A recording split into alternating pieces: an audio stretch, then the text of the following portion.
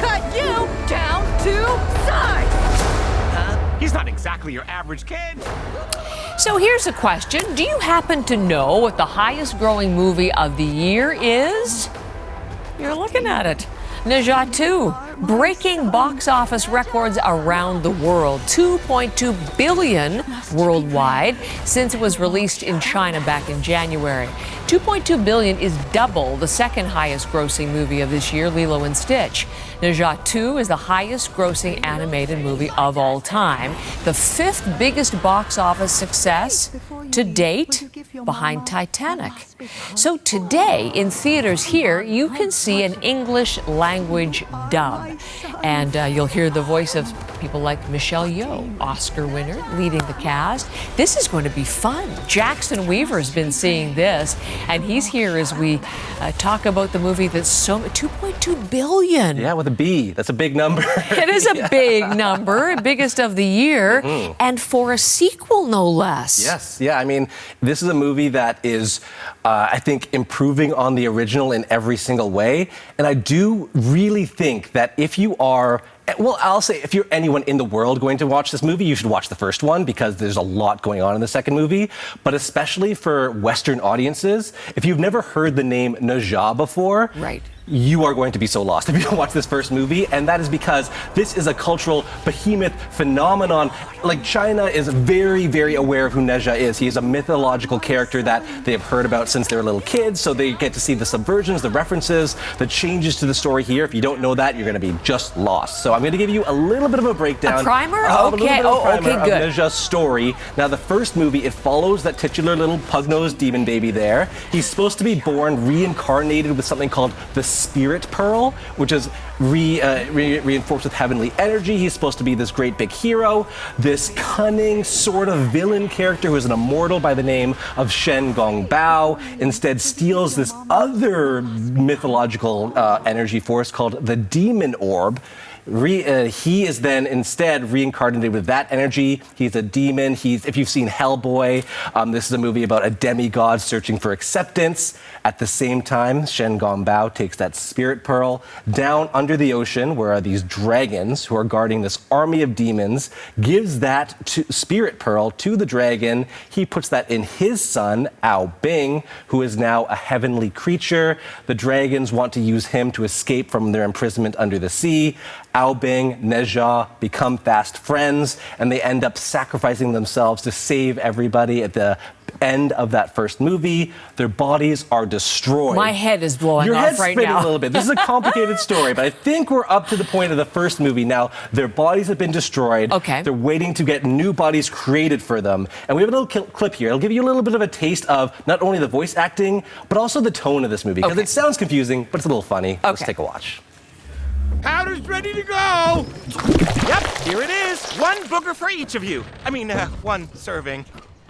Time's a-wasting. Would you rather die? Yes, I'd rather die. Quit making a fuss. Now go!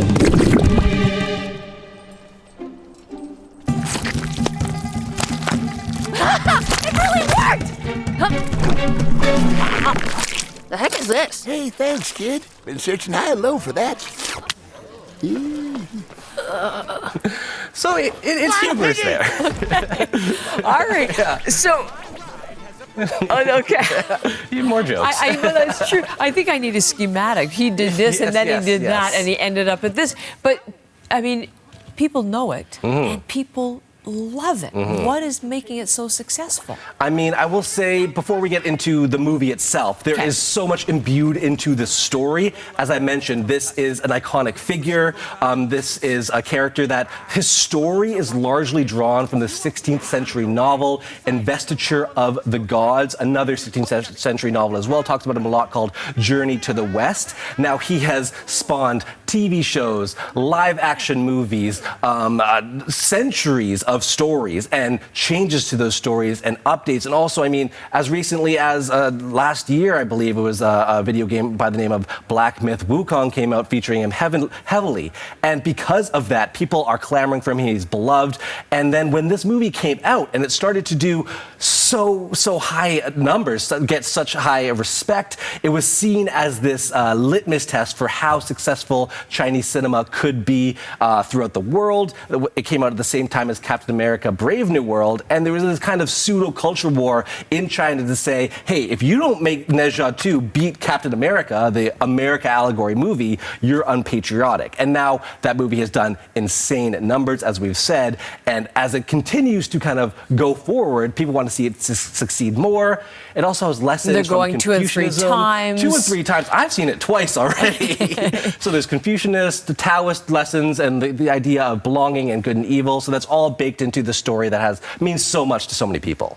So will it connect now that it's in Canadian theaters in wider release here? That's an amazing question. I think that it will find fans here. I do think if you don't watch the first movie, you're not only going to be confused, I don't think you'll like the film. So if too many people do Do you know this? Where can you get the first movie? The Just first stream movie it? is for free on YouTube, so I recommend highly to go watch it because this second movie is such an improvement off of it.